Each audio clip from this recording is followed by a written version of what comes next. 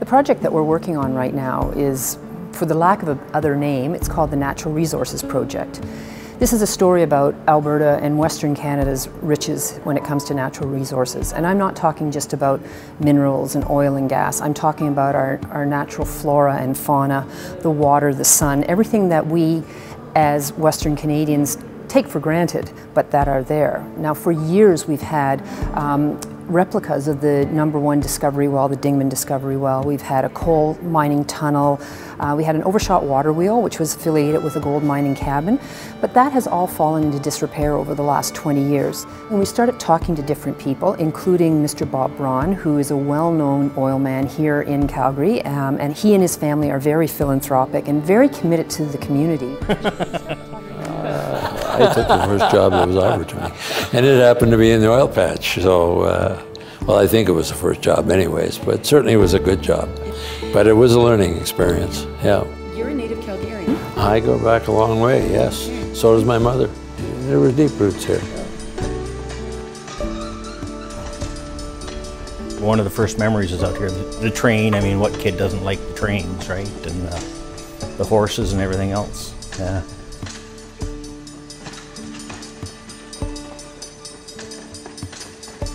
I think we owe it to the historians and the people that started this business, you know, from Dingman back in wherever, and all the old pioneers, I think, should be remembered. A person will be able to stand on that platform of the Dingman well and watch that cable rig work. They'll watch the drill bit drop down into the ground, and they'll see how the mechanisms work, because we have the artifact mechanisms that are going to be restored, and they'll be used for that. In the coal mine, you'll be able to go in the ground. It's a 50-foot tunnel. In the center, we're bumping it out by 12 by 12 feet. We're going to do a whole veneer on the walls of actual coal. We'll have mist in there. It'll be dark. It'll have that smell and that feel of being in a coal mine. You'll be there with your helmet on and your headlight, and you'll meet a miner in the middle of the coal mine, and they are immersed in it, and they can smell it, they can touch it, they can hear it.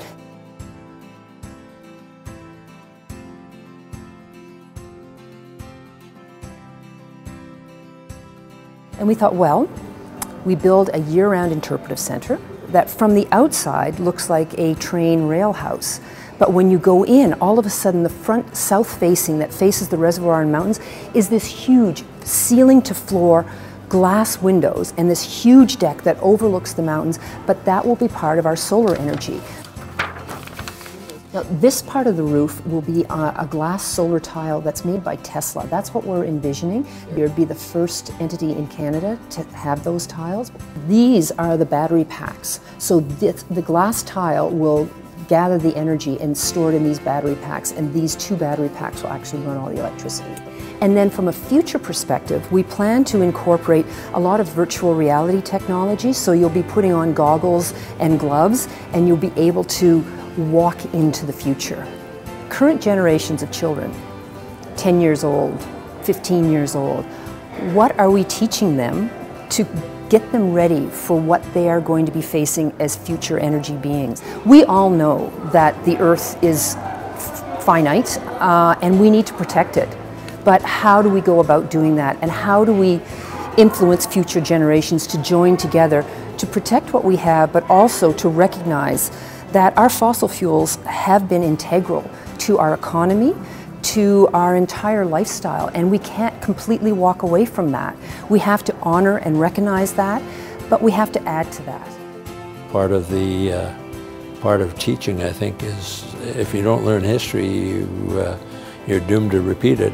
The bad parts, not the good parts. Learn from the past and move forward. So since the petroleum world is such a big part of what this community is, what better way to do it than to get moving on something along this line and build up that piece of Heritage Park.